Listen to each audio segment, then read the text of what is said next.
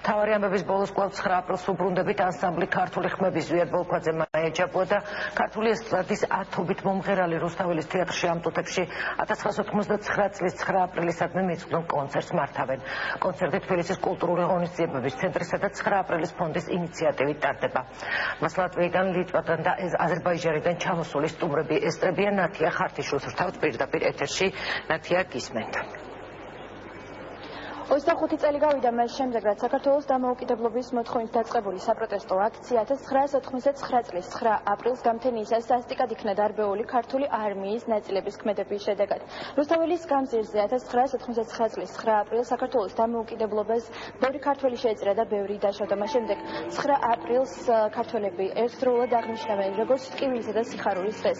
დღეს რუსთაველის თეატრში დაახლოებით 2 საათის წინ დაიწყო ღონისძიება, რომელიც 9 აპრილის საღამოს ეძღვნება. ეს არის ორგანიზებული თბილისის კულტურული ცენტრისა და 9 აპრილის ფონდის მიერ. კონცერტში მონაწილეობას ღებულობს ქართული ესტრადის სხვადასხვა თაობის ათობით მომღერალი და ისინი თავიანთი შემოქმედებით კიდევ ერთხელ ეხმიანებიან 9 აპრილის ტრაგედიას. ტრაგიკული დღე იყო 25 წლის წინ და სწორედ ამ დღეს ეძღვნება ჩვენი კონცერტი. დღეს შესრულდება პატრიოტული სიმღერები, ძირითადად ჟანრი პატრიოტული იქნება და მეც ერთ-ერთი ჩემს საყვარელ სიმღერას ღერი.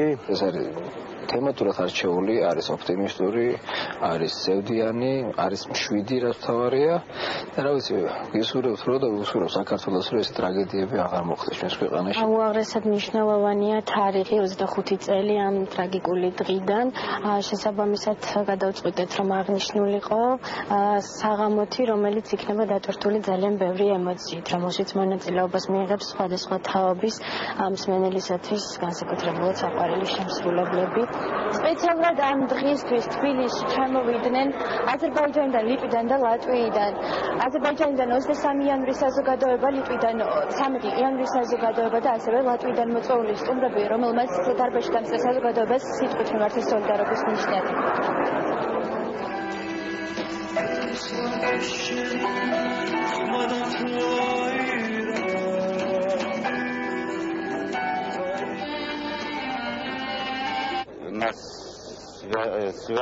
ჩვენ აზერბაიჯანიდან ვართ, საქართველოსთან დიდი ხნის მეგობრობა გვაკავშირებს. 9 აპრილს ყოველ წელს ჩამოდივართ საქართველოში. ეს იყო ტრაგიკული დღე ვანდალიზმი ერის მიმართ. გვიხარია რომ ღონისძიებაში მონაწილეობთ. მსგავსი ტრაგედია ჩვენც გამოვიარეთ და იღუპა ხალხი. ასეთი მოვლენები ყოველთვის გვახსენებს, რომ თავისუფლება მსხვერპლს მოითხოვს. თქვენს ქვეყანას ვუსურვებთ თავისუფლებას. როგორც მე ახალხანს ხედავ, კონცერტი უკვე დასრულებულია. დღევანდელ კონცერტზე დამწრე საზოგადოებამ ძირითადად პატრიოტულ მოტივებზე შესრულებული სიმღერები მოისმინა. მათ წითელი დუმილით პატივი მიაგეს დაბუჭირ გმირებს.